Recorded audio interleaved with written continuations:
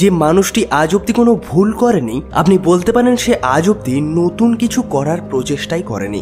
এরকমই কিছু মানতেন দুনিয়ার সবচেয়ে মহান সায়েন্টিস্ট আলবার্ট আইনস্টাইন। 14 মার্চ 1879 জার্মানির উলম শহরের এক ইহুদি পরিবারে জন্ম নিয়েছিলেন অ্যালবার্ট আইনস্টাইন। তিনি জন্ম হওয়ার সময় ডাক্তাররা এটা নোটিস করেছিলেন যে তার মাথার খুলিটি সাধারণ বাচ্চাদের থেকে অনেক বড়, আর তিনি একটা অ্যাবনর্মাল বাচ্চার মতো জন্ম নিয়েছিলেন। তবে তা সত্ত্বেও তার ব্রেন এতই শক্তিশালী ছিল যে আজ অব্দি কোনো মানুষ তার সাথে মোকাবিলা করতে পারেনি।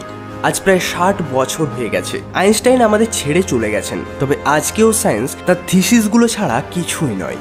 তাই এটিই কারণ যে সবাই আইনস্টাইনের ব্রেনের ব্যাপারে জানতে চায়। তার ব্রেনে এমন কি ছিল যার জন্য তিনি এত উন্নতি অর্জন করতে পেরেছিলেন, ও যার জন্য পৃথিবীতে তাকে one of the greatest scientist হিসেবে জানা হয়। তার ব্রেনে কি কোনো সুপার ন্যাচারাল পার্টস ছিল? তাহলে আমরা এই বিষয়টির ওপরেই আলোচনা করব। আসলে স্যার অ্যালবার্ট আইনস্টাইনের যখন জন্ম হয়েছিল তার মাথার খুলিটি সাধারণ বাচ্চাদের থেকে অনেক বড় ছিল। সাধারণত বাচ্চারা 1 থেকে 2 বছর বয়সের মধ্যে একটু আধটু কথাবার্তা বলতে শিখে যায়, তবে আইনস্টাইন তার 4 বছর বয়স অবধি কিছুই বলতে পারত না। তবে একদিন যখন তিনি তার মা বাবার সাথে রাতে ডিনার টেবিলে বসেছিলেন, তখন 4 বছরের আইনস্টাইন হঠাৎ বলে ওঠে খাবারটি অনেক গরম। নিজের ছেলেকে প্রথমবারের জন্য এত পরিষ্কারভাবে কথা বলতে দেখে তার মা বাবারা অবাক হয়ে যান এবং অনেক খুশিও হয়েছিলেন। তবে পরে তাকে জিজ্ঞাসা করা হয় যে আজ অব্দি সে কেন কথা বলেনি। তখন তার একটা অদ্ভুত উত্তর দেয় সেই ছোট আইনস্টাইন। তার উত্তরটি ছিল, আজ অব্দি তো সব কিছুই ঠিক ছিল। আইনস্টাইনের সারা জীবনের অদ্ভুত ঘটনাগুলি শুধুমাত্র এখানেই শেষ হয়ে যায়নি, যে তিনি বড় হওয়া সত্ত্বেও তার এমনও কিছু অভ্যেস ছিল যেগুলো শুনে অনেক মানুষই অবাক হয়ে যান। যেমন কি স্যার অ্যালবার্ট আইনস্টাইনের ডেট এবং ফোন নাম্বার মনে রাখতে অনেক অসুবিধা হতো, এমনকি তার নিজের টেলিফোন নাম্বারটিও তার মনে থাকতো না। একবার তো তার সহকর্মী তার টেলিফোন নাম্বার চাওয়ায় আইনস্টাইন তার নিজের ফোন ডাইরেক্টরিটি বের করে নিজের নাম্বারটি পড়ে পড়ে বলেন। আর এটা থেকে তার সহকর্মী জিজ্ঞাসা করেন, আপনি কেন আপনার ফোন নাম্বার মনে রাখেন না? তখন আইনস্টাইন তার উত্তর এরকমভাবে দিয়েছিল, আমি কেন এরকম একটা জিনিসকে মনে রাখবো যেটি বইয়ে খুঁজলে খুব সহজেই পাওয়া যায়। আইনস্টাইন কখনোই জুতোর ভেতরে মোজা পরতেন না, কেননা তার পায়ের আঙুলগুলি এতটাই লম্বা ছিল, জুতোর ভেতরে মোজা পরলে সেই লম্বা আঙুলের জন্য মোজাগুলি খুব জলদি ছিঁড়ে যেত, আর এই জন্যই তিনি মোজা পরা ছেড়ে দিতেন। এমনকি তার জুতোর ফিতেগুলিও অন্যকে দিয়ে বাঁধা করাতেন, কেননা সেগুলিও তিনি বাঁধতে জানতেন না। আইনস্টাইন প্রায় এই কথাটি সবসময় বলতেন, আমি একজন সাধারণ মানুষই, তবে আমার মধ্যে জানার ইচ্ছা রয়েছে অফুরন্ত। তবে আপনি যেটা অবাক হবেন, আইনস্টাইন সর্বকালেই এত বুদ্ধিমান ছিল না। এমনকি তিনি ছোটবেলায় পড়াশোনাতে অনেক খারাপ ছিলেন, তাই ছোটতে তার গণনা করা হতো বোকা ছেলেদের মধ্যেই। তার কিছু কিছু কাজের জন্য অনেক মানুষ তো তাকে শারীরিকভাবে বিকলাঙ্গ বলতে শুরু করে দেন। আর আইনস্টাইনের টিচারগুলিও তাকে অতটা পছন্দ করতেন না, কেননা সায়েন্স এবং ম্যাথ ছাড়া তিনি প্রায় সব সাবজেক্টেই ফেল করে যেতেন। প্রথম থেকে আইনস্টাইনের বইয়ের মধ্যে থাকা জ্ঞানের রুচি একদমই ছিল না।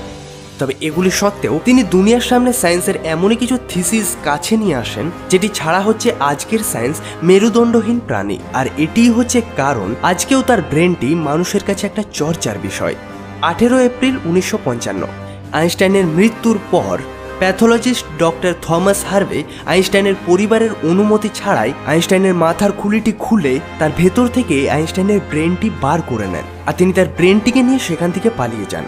এই কাজটির জন্য ডক্টর হার্ভেকে চাকরি থেকে তো বিতাড়িত করা হয়েছিল, তবে ডক্টর হার্ভে এরকম বলেন যে তিনি এরকম কাজ শুধুমাত্র রিসার্চ পারপাসেই করেছেন, আর তিনি কথা দেন যে আইনস্টাইনের ব্রেনের ওপর তিনি কোনো না কোনো দিন রিসার্চ করবেনই, যেটি ভবিষ্যতের সায়েন্টিস্টদের জন্য একটা খুবই প্রেরণার বিষয় হবে। তবে রিসার্চ করার পারমিশন না পাওয়ার দরুন ডক্টর হার্ভে আইনস্টাইনের ব্রেনটিকে একটি জারের মধ্যে রেখে তার নিজের বাড়ির বেসমেন্টে রেখে দেন। পরে আইনস্টাইনের ছেলে হেন্স অ্যালবার্ট আইনস্টাইনের অনুমতি নিয়ে ডক্টর হার্ভের রিসার্চ করতে শুরু করেন। প্রথমে তিনি আইনস্টাইনের ব্রেনটির ওজন করেন। ওজন হয়েছিল 1230 গ্রাম, যেটি সাধারণ মানুষের ব্রেনের থেকে অনেক ছোট ছিল, কেননা একজন সাধারণ মানুষের ব্রেনের ওজন হয় প্রায় 1400 গ্রাম। আর এরপর ডক্টর হার্ভে আইনস্টাইনের ব্রেনটিকে 240টি খণ্ডে বিভক্ত করেন, আর ওই খণ্ডগুলোকে পৃথিবীর অনেক নামি দামি সায়েন্টিস্টদের কাছে পাঠিয়ে দেন, যাতে তারা সহজে পরীক্ষা করতে পারেন যে আইনস্টাইনের মাথার ভেতরে এমন কি ছিল যেটি সাধারণ মানুষের থাকে না।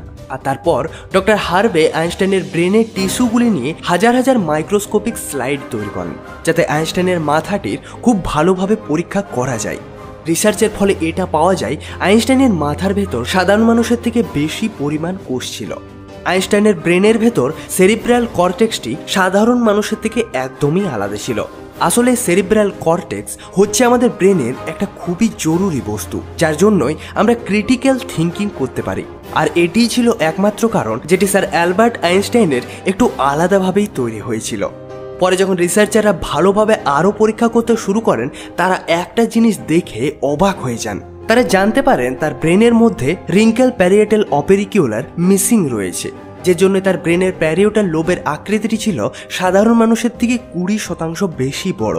সায়েন্টিস্টরা এটা বলেন এই জন্যই আইনস্টাইনের ম্যাথমেটিক্যাল স্কিল এবং চিন্তা শক্তি সাধারণ মানুষের থেকে অনেক বেশি শক্তিশালী ছিল, এবং তার ব্রেনের নিউরনের ডেন্সিটি সাধারণ মানুষের থেকে 17% বেশি ছিল। সায়েন্টিস্টদের অনুযায়ী এজন্যই হতে পারে আইনস্টাইনের কনসেন্ট্রেশন পাওয়ারও ছিল অনেক বেশি। তারা আরও একটা কথা বলেন, আমাদের সাধারণ ব্রেনে যতগুলি ফোল্ড থাকে তার ব্রেনে ছিল তার থেকে অনেক বেশি ফোল্ড। বর্তমানে আইনস্টাইনের ব্রেনটি 40টি খণ্ডে ফিলাডেলফিয়া শহরের ম্যাটার মিউজিয়ামে রাখা হয়েছে। আজকে সায়েন্স কতই উন্নতি করেছে, তবে আজ অব্দি স্যার অ্যালবার্ট আইনস্টাইনের ব্রেনটি সবার কাছেই একটা রহস্যই হয়ে রয়েছে। তবে সায়েন্টিস্টরা এরকম বিশ্বাস করেন ফিউচারের কোনো অ্যাডভান্স টেকনোলজির মাধ্যমে আইনস্টাইনের ব্রেনটিকে আরও ভালোভাবে জানা সম্ভব হবে। ডক্টর থমাস আইনস্টাইনের ব্রেনটির সাথে যা যা করেছিলেন তার ব্যাপারে আপনি কি ভাবেন? তিনি কি তার ব্রেনের ব্যাপারে রিসার্চ করে কাজটি ঠিক করেছিলেন? আপনার মতামতটি কমেন্ট বক্সে জানাবেন। আপাতত যদি ভিডিওটি ভালো লেগে থাকে একটা লাইক করবেন, ভিডিওটি শেয়ার করুন আপনার জীবনের প্রিয় মানুষগুলির সাথে। চ্যানেলটিকে সাবস্ক্রাইব করার পর পাশের বেল আইকন প্রেস করে অল অপশনটাই ক্লিক করুন, যাতে এই ধরনেরই ইন্টারেস্টিং ভিডিও আপনারা নিয়মিত পেতে থাকেন। আর সবার শেষে বলবো, ভালো থাকেন। ধন্যবাদ।